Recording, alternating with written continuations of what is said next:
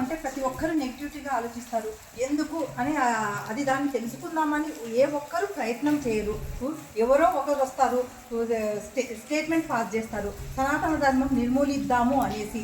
మన వాళ్ళు ఏం చేస్తారు, ప్రతి ఒక్కరు షబాష్ అనేసి అందరూ చప్పట్లు కొడతారు. భారతదేశాన్ని ప్రతి ఒక్క దేశము చేతులెత్తి నమస్కారం చేస్తారు. హిందువులలో సామైక్యత లేదు. అదే ముస్లింలలో చూసుకున్నాం అనుకోండి, ప్రతి ఒక్కరు ఖురాన్ చదువుతారు.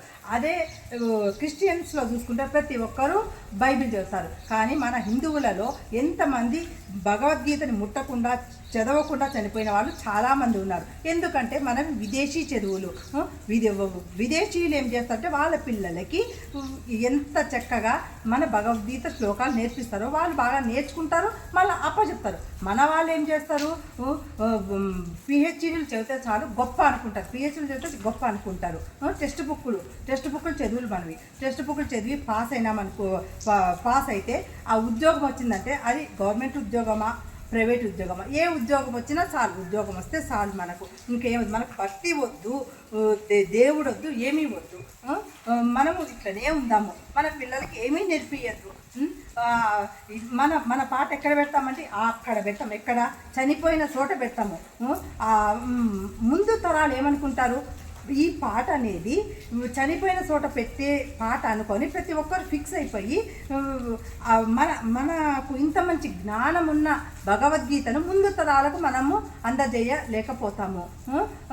మన పిల్లలు స్కూల్కి వెళ్ళినారా, ఇంటికి వచ్చినారా, పాటలు అప్పజెప్పినారా, తిన్నారా, మళ్ళీ ఆదివారం వస్తే పిక్నిక్లకు షికార్లకు తీసుకెళ్ళాలి. అంతే. దేవుడి గురించి వద్దు, ఒక గుళ్ళొద్దు, ఏమి వద్దు, ఒక మంచి మాటలు చెప్పడము వద్దు. ఓన్లీ వాళ్ళకు ఇట్లనే నేర్పిద్దాము, ఇట్లనే ఉందాము. మన భగవద్గీత గురించి, మన రాముడి గురించి, మన కృష్ణుడి గురించి ఎంతమంది కమెంట్స్ చేస్తారు.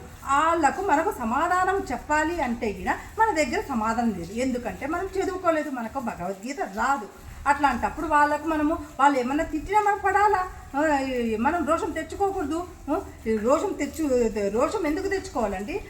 ఒకవేళ మన సమాధానం చెప్పాలంటే మనం అది భగవద్గీత నేర్చుకోవాలా. మనం చదవలేదు, మనం చెప్పలేదు కాబట్టి వాళ్ళు ఏమన్నా కూడా మనం పడాలా.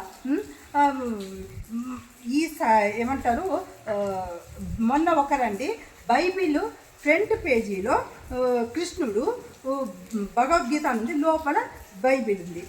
ఇట్లానే కదండి మత మార్పిడులు జరిగేది. ఇప్పటి నుంచైనా మీరు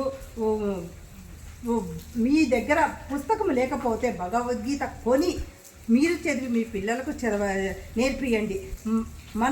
మన దగ్గర ఒక ఆడపిల్ల బయటికి వచ్చి మాట్లాడుతుందంటే ప్రోత్సహించే వాళ్ళు కూడా చాలా తక్కువ మంది.